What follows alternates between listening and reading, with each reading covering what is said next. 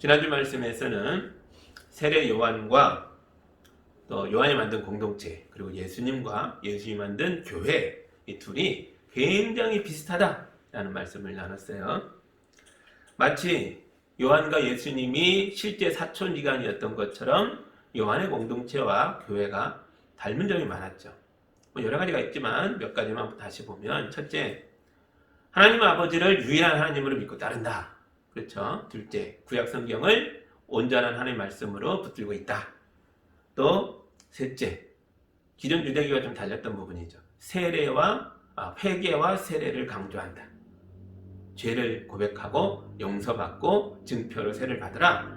이런 고백들이 그 공동체 안에 있었다는 거죠. 그러나 둘이 아무리 비슷해도 서로 섞이거나 하나가 될 수는 없었습니다. 결정적인 차이가 있기 때문이었죠. 이게 뭐였죠? 예수에 대한 고백이죠. 교회는 예수님을 나의 하나님, 나의 구원자, 나의 메시아, 나의 그리스도라고 고백을 하지만 요한 공동체는 아니죠.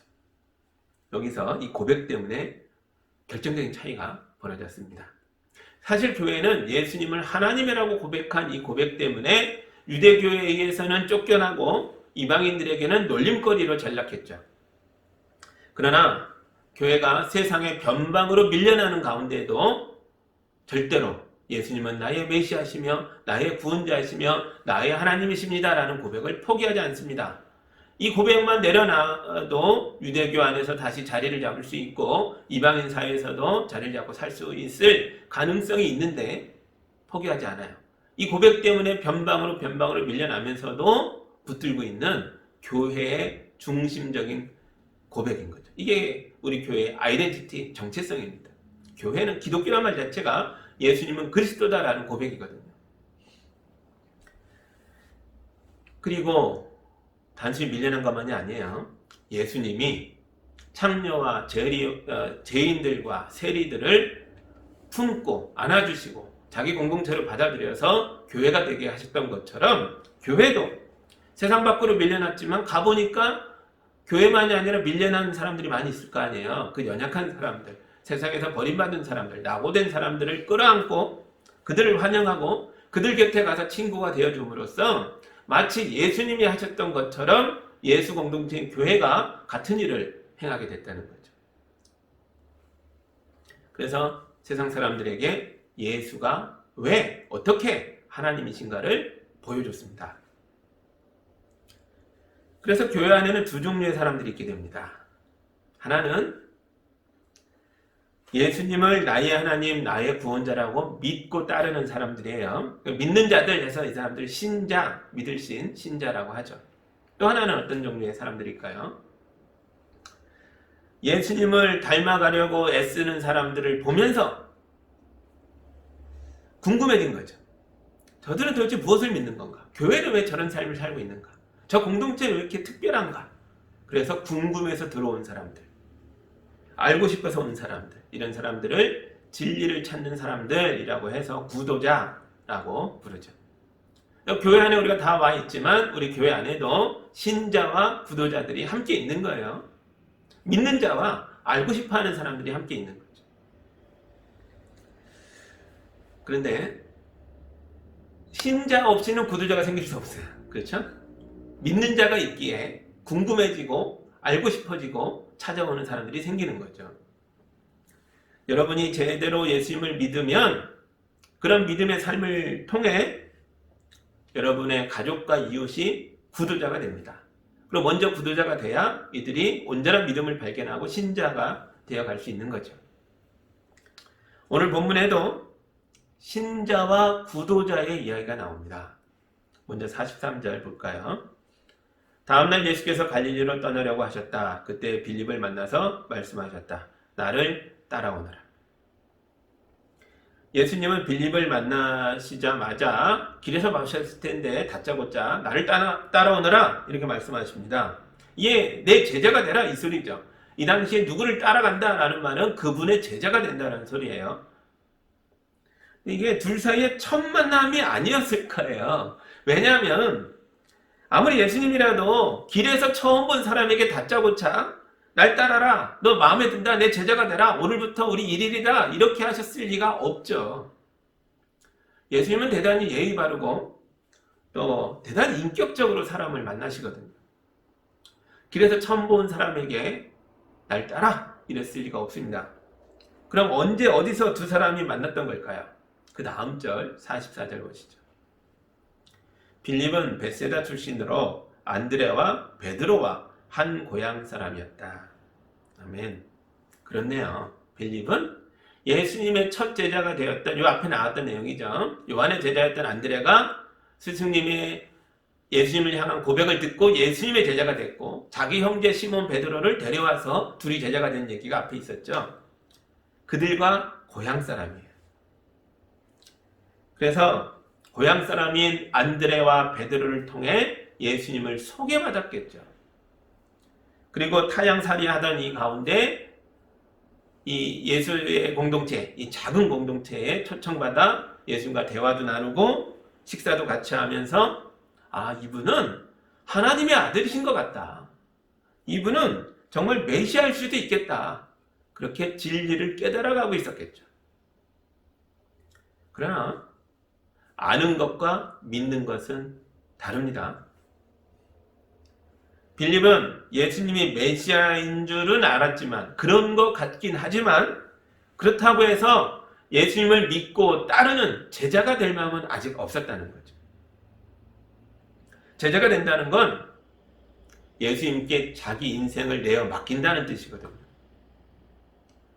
이제부터는 오직 예수님만을 따르면 예수의 삶과 인격을 본받는 것을 자기 인생의 목표로 삼는다는 뜻이거든요. 아직 그렇게까지는 할 마음이 없는 거예요. 저는 신학생 때 이걸 깨달았어요. 아는 것과 믿는 건 다르다. 저는 하나님이 저를 목사로 부르셨다는 믿음을 가지고 그런 생각 안에서 소명의식을 가지고 신학교에 갔습니다. 그리고 신학교에서 공부를 하면서 이런저런 신학의 이론들을 배우면서 아는 게 많아졌어요. 아는 게 많아지다 보니까 나도 모르게 이걸 내가 믿고 있고 실천하고 있다고 착각하기 시작했습니다. 그런데 어느 날 제 몸에 병이 들고 학교에서 이 문제로 쫓겨나게 되고 삶에 힘든 일들이 많아지니까요. 그때 비로소 알겠더라고요. 제 안에 믿음이 없더라는 걸요. 아는 거 많은데, 나름대로 공부했는데 믿음이 없더라고요. 어떤 믿음이요? 아픈 사람을 위해서 말씀 붙잡고 기도는 많이 해줬는데 정작 내가 아파서 죽어가는 내 몸을 위한 이것을 하나님께 내어 맡길 만한 믿음이 없더라고요. 이걸 고쳐주실 거라는 믿음이 없더라고요. 학교를 못 다니게 됐는데 정작 제 안에 이 어려움을 극복할 만한 용기가 없더라고요. 그런 에너지도 없더라고요. 예수를 따르는 제자가 되기는커녕 왜 내게 이런 고난을 주냐고, 내가 하나님의 사람 되겠다고 했고 목사 되겠다고 했는데 왜 이런 어려움을 주냐고 하나님에 대한 원망만 가득하더라고요. 믿음이 없는 거죠. 그때 저는 예수님을 다시 만났습니다. 요한아, 너는 나를 따라오너라. 이 부르심 앞에서 정말 두렵고 떨리는 마음으로 제 마음과 인생과 목숨을 다 내어놓는 마음으로 예라고 대답했습니다. 제가 신학교 갈 때 예라고 했던 대답은 가짜였고 이 큰 어려움 앞에서 이때 한 대답이 진짜 예였던 거죠. 아는 예와 믿음의 예는 좀 다르더라고요. 빌립도 그랬어요. 빌립은 고향 사람들을 통해 예수님을 소개받고 예수님을 알아가면서 이분은 메시아겠구나라는 걸 알았습니다. 하지만 아는 것과 믿는 것이 달랐죠. 예수를 믿는다는 건 예수의 인격을 내 안에 받아들이고 예수의 삶을 본받아서 예수를 닮아가는 삶을 살려고 애써야 되니까요. 그게 없는 거예요. 예수님은 빌립에게 너는 나를 따라오너라 말씀하심으로써 빌립을 암과 믿음의 사이에 세워놓은 거예요. 선택하라는 거죠. 이 말씀은요, 사실 강요예요, 강요. 어정쩡하게 있을 수 없다는 거예요. 내가 메시아인 거를 느끼고 알고 있냐? 그러면 선택해라. 암과 알면서 그칠 건지, 믿음으로 나의 제자가 되어 믿음으로 나아갈 것인지 선택해라. 이런 강요를 받는 게 굉장히 중요합니다. 여러분, 아는 것만 추구하면 그 사람은 영원히 구도자일 뿐이에요. 진리를 쫓아가긴 하지만, 알려고는 하지만, 늘 진리에 목말라 하긴 하지만, 예수 안에서 터져나오는 생수는 맛보지 못한다고요. 이 생수의 강은 오직 예수를 믿는 사람 안에서만 흐르거든요. 요한복음 7장 38절을 제가 읽어드릴게요. 예수님이 직접 하신 말씀입니다. 나를 믿는 사람은 성경이 말한 바와 같이 그의 배에서 생수가 강물처럼 흘러나올 것이다. 아멘. 이 생수는 누구에게서 흘러나와요? 나를 믿는 자. 나를 아는 자가 아니에요. 나를 믿는 자 안에서 생수가 흐를 것이다. 빌립은 암과 믿음 사이에서 고민하다가 예수의 부르심에 정신을 바짝 차리고 믿음을 선택합니다. 이때가 빌립이 구도자에서 신자로 넘어가는 순간이었어요. 예수에 대해서 알고 싶어 하던 단계에서 예수를 믿는 자로 넘어간 거예요. 그리고 빌립이 신자가 됐을 때, 믿는 자가 됐을 때 그에게 어떤 변화가 일어납니다. 그 변화가 무엇이었는지 그 다음 절 보시죠. 45절입니다. 빌립이 나다나엘을 만나서 말하였다. 모세가 율법책에 기록하였고 또 예언자들이 기록한 그분을 우리가 만났습니다. 그분은 나사렛 출신으로 요셉의 아들 예수입니다. 아멘. 빌립이 나다나엘이라는 친구에게 예수님이 우리의 메시아입니다 라고 고백을 합니다. 여러분은 이런 고백을 누군가에게 해본 적이 있으신가요?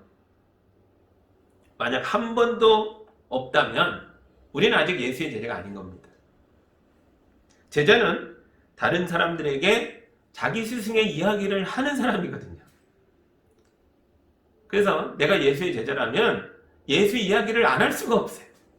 내가 만난 예수님, 나를 변화시킨 예수님, 나의 믿음의 근거인 예수님, 내 속에서 생수의 강이 흐르게 하시는 예수님, 이걸 고백 안 할 수가 없죠. 제가 미국에서 유명한 신학자이신 김세윤 박사님 수업을 듣게 됐는데요.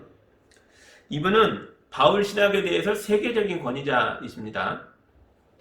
그런데 이분이 바울 신학이 아니라 복음서를 강의할 때는 가끔 계속 나의 스승이신 마틴 행헬에 의하면 이런 말씀을 자주 하시는 거예요. 처음에는 그게 되게 이상했어요. 아니 세계적인 석학이라더니 옛날에 배운 걸 앵무새처럼 따라하는 거 아니야? 그런 생각이 들었습니다. 그런데 더 오래 지켜보니까 그게 아니더라고요. 이분은 어디까지가 스승에게 배운 거고 어디서부터가 자기의 이론인지를 분명하게 알고 있는 거예요. 저도 예수의 제자로서 이 정도까지 스승이신 예수님에 대해서 말할 수 있으면 좋겠습니다. 이건 제가 믿고 따르는 우리 예수님의 가르침입니다. 그리고 이건 이 가르침을 오늘의 언어로 해석하고 실천하고 있는 저의 말입니다. 이렇게 제대로 구분해서 예수님과 예수님에 대한 믿고 따르는 우리의 실천을 올바르게 말할 수만 있다면 이거야말로 최고의 설교가 아닐까 그런 생각을 합니다. 성경을 보세요. 46절입니다. 나다나엘이 그에게 말하였다. 나사렛에서 무슨 선한 것이 나올 수 있겠소? 빌립이 그에게 말하였다. 와서 보시오. 아멘. 빌립이 우리가 메시아를 봤다. 나사렛에서 오신 예수다 라고 할 때에 나다나엘이 그러죠. 그런 곳에서 뭐가 나오겠냐. 나사렛이란 동네는 그런 곳이라는 거죠. 이곳 출신이라는 것 하나만으로도 세상과 그 누구에게도 믿음을 줄 수 없는 그런 후진 동네였다고요. 그때 빌립이 나다나엘에게 아주 짧고 강렬하게 한마디 합니다. 와서 보시오. 빌립은 예수에 대해서 구구절절 설명할 필요가 없었습니다. 와서 보면 나다나엘도 예수를 만나면 그도 자기처럼 예수를 믿을 수밖에 없다는 걸 아니까요. 오늘날 교회가 세상 사람들의 손가락질을 받으며 욕을 먹고 있지만 저는 그래서 우리가 빌립처럼 외쳐야 된다고 생각해요. 와서 보시오. 우리가 어떤 사람들인지, 어떤 집단인지, 우리가 믿고 따르는 예수가 어떤 분이신지, 그분을 따르는 사람들의 삶이 어떤 모습인지를 와서 보시오. 직접 보고 그 다음에 얘기합시다 하고 우리는 그렇게 말할 수 있어야 한다는 거죠. 누구라도 우리 교회에 오면 예수님을 만나게 될 줄 믿습니다. 나다나엘이 예수께 왔을 때 예수님은 그에게 이렇게 말씀하십니다. 47절 예수께서 나다나엘이 자기에게로 오는 것을 보시고 그를 두고 말씀하셨다. 보아라, 저 사람이야말로 참으로 이스라엘 사람이다. 그에게는 거짓이 없다. 아멘. 나다나엘이 정말 이렇게 훌륭한 사람이었을까요? 성경에 그런지 아닌지를 알 수 있는 근거를 하나도 제공해 주지 않고 있어서 성경에 없어서 말하기가 쉽지 않아요. 이거는 나다나엘 본인만 알겠죠. 근데 여기서 중요한 건 이거예요. 예수님이 이 사람을 훌륭한 사람이라고 말해주는 거예요. 사실 나다나엘은 예수님을 의심했잖아요. 나사렛 출신이라고 하니까 무시했잖아요. 그런데도 예수님은 이 사람이 자기에게 오는 걸 보고 따뜻하게 환영했다고. 그때 나다나엘이 코웃음을 쳤을 거예요. 나를 언제 봤다고 아는 척 하세요? 그냥 예의상 하는 말인가요? 누구한테나 이런 식으로 말하는 거 아니에요? 사람을 호리는 방식 아니에요? 당연히 그런 의심이 들죠. 언제 봤다고? 넌 참 훌륭하구나. 난 언제 봤다고? 48절 보시죠.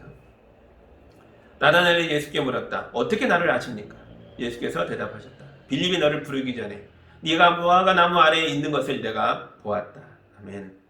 나다나엘의 의심이 가득한 질문에 예수님은 내가 무화과 나무 아래에 있는 너를 보았다라고 얘기하세요. 이게 무슨 뜻인지는 오직 예수님과 나다나엘만 압니다. 이것도 도대체 어떤 상황, 무슨 일이었는지는 성경에 없어요. 말해주지 않아요. 어떤 단서도 나오지 않습니다. 그러나 그게 뭔지는 몰라도 나다나엘이 무화과 나무 아래에서 엄청 고민하며 고통하며 신음하며 기도했을 거라는 건 알 수 있겠죠. 뭐 때문인지 몰라도 무화과 나무 아래에 있는 걸 봤다라고 할 때 그 순간은요, 나다나엘의 인생에 있어서 정말 결정적인 순간이었을 거예요. 그때 아마도 그의 인생을 관통하는 어떤 뜨거운 것이 통과되는 그 지점이었을 텐데 그 은밀한 신음소리를 예수님이 내가 들었고 내가 보았다 라고 말씀하신 거죠. 지금 나의 가장 깊은 곳을 꿰뚫어 보시며 나를 이해해 주시는 하나님을 만난 거예요. 49절 보시죠. 나다나엘이 말하였다. 선생님은 하나님의 아들이시요 이스라엘의 왕이십니다. 아멘. 이제 나다나엘은 방관자에서 예수를 알고 싶어하는 구두자가 됐죠. 그러나 예수님은 나다나엘이 여기서 멈추지 않길 원합니다. 자기 인생 문제 하나 해결하려고 예수 믿고 따르는 사람 되지 않길 원해요. 더 큰 거로 나아가라는 거죠. 50절입니다. 예수께서 그에게 말씀하셨다. 네가 무화과 나무 아래 있을 때 내가 너를 보았다고 해서 믿느냐? 이것보다 더 큰 일을 네가 볼 것이다. 아멘. 여러분, 예수와의 만남을 그저 내 삶의 고통을 이해해주는 분, 그런 분을 만나려고 하는 것에서 그치면 안 됩니다. 이건 우리가 예수의 제자가 된다는 건 그 이상의 것이 되어야 한다는 걸 보여주고 있는 거예요. 우리 개인의 삶의 고통을 넘어서서 우리는 더 큰 일을 보게 될 것입니다. 이게 뭐예요? 성경식으로 얘기하면 하나님의 나라가, 하나님의 의로움을 보게 될 것이죠. 우리는 예수의 나라가 이 땅에 임하는 것을 보게 될 것입니다. 우리는 죄악으로 가득하고 깨어지고 망가졌던 우리 가정이 회복되는 걸 보게 될 것입니다. 우리는 연약하고 부족한 자녀들의 믿음의 용사로 성장하게 되는 걸 보게 될 것입니다. 코로나로 사회가 멈춰지고 세상이 힘들어지는 것 속에서도 은혜가 임하여 세상을 치유하는 걸 보게 될 것입니다. 예수를 믿는 믿음 안에서 나사렛처럼 사람에게 외면당하는 그런 곳에서 깨지고 무너지고 천대받고 무시받던 삶이었다 할지라도 예수 안에서 이제 털고 일어나서 하나님의 나라를 내 인생에 실현하고 코로나로 무너진 세상에서 실현해 가는 주님의 제자들이 다 되시기를 예수님 이름으로 축복합니다.